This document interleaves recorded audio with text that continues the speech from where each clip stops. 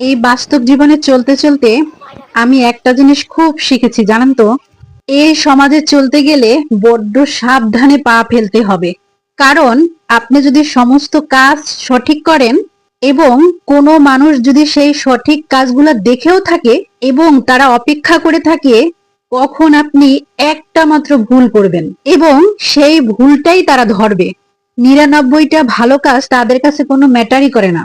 সেই একটা মাত্র ভুল দিয়ে আপনার গোটা চরিত্রটা বিশ্লেষণ হবে। আর এই একটা ভুল ধরার জন্য আপনার আশেপাশে, আপনার প্রতিবেশীর মধ্যে, আপনার আত্মীয় স্বজনের মধ্যে, আপনার অফিস কলিকের মধ্যে কেউ না কেউ ঠিক বসে আছে যে কখন আপনি একটা ভুল করবেন ঠিক তখনই আপনাকে তারা উত্তম মাধ্যম অপমান করবে। কেননা এই সমাজের মানুষ ভালো কাজ করার থেকে খারাপ কাজের জন্যই বেশি অপেক্ষা করে।